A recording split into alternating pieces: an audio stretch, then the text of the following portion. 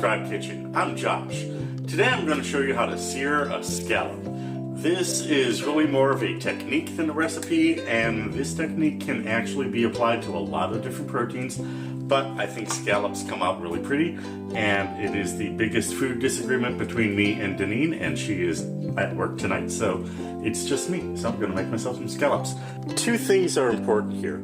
First, let your scallops come up to room temperature or as close as you can to it.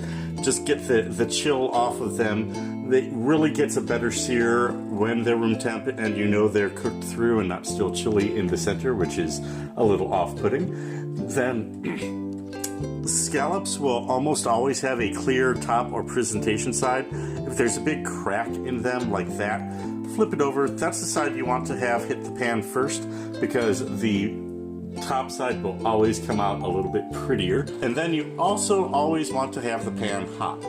I have it over a medium-low heat right now, and it's ready to go. And maybe turn that up just a bit. But to begin, we season them. A little salt, a little pepper. If you want to go any more than that, any garlic powders and paprika, whatever your seasoning blend of your choice is, go right ahead.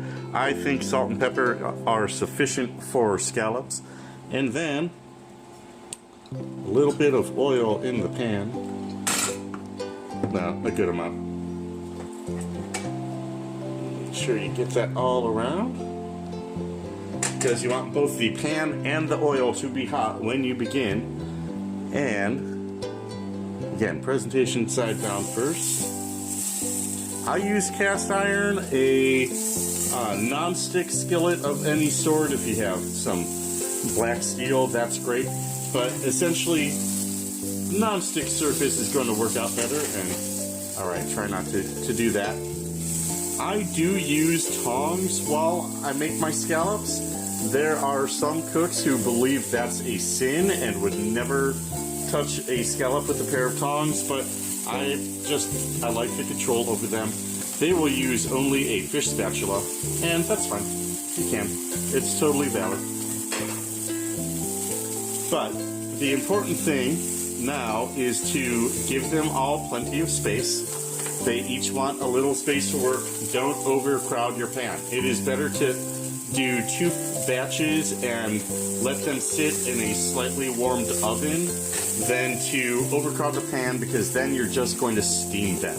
You're never going to get the beautiful sear that you want, that I'm already starting to get off of these guys.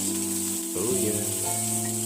So there are some people who again will say put them down and don't touch them, don't think about them, don't even look at them. I disagree. In fact, I will halfway through, or a portion of the way through, I will even turn them just a bit, because I feel that makes a better sear. Make sure that there's more contact area with the pan and the top of the scallop. And again, just make sure there's enough oil in there to go around, but just to make sure that that oil is actually making contact there. Let's see how we're doing. Ooh, that one's getting close. There we go. That's basically what we're looking for there. And then I will let that go another minute on the bottom side, maybe a little bit longer. Want to start to get some color on the bottom there too, because that's how you know it's cooked all the way through. Pick those aside. Those seem to be ready. So then the last step, the one that they teach you in a restaurant, but home cooks will probably never know on their own. All right, that might be a little too much butter. But you want to baste them. And so what I will do is kind of, at this point, you can kind of collect them together in one spot and really just kind of fold the towel a little better. But you just want to baste the butter right over the tops of the scallops. That's really what's going to make that beautiful final sear, and also just make sure that it is cooked all the way into those crevices, because again, that butter is really hot right now and will cook the inside. Boom, boom, boom.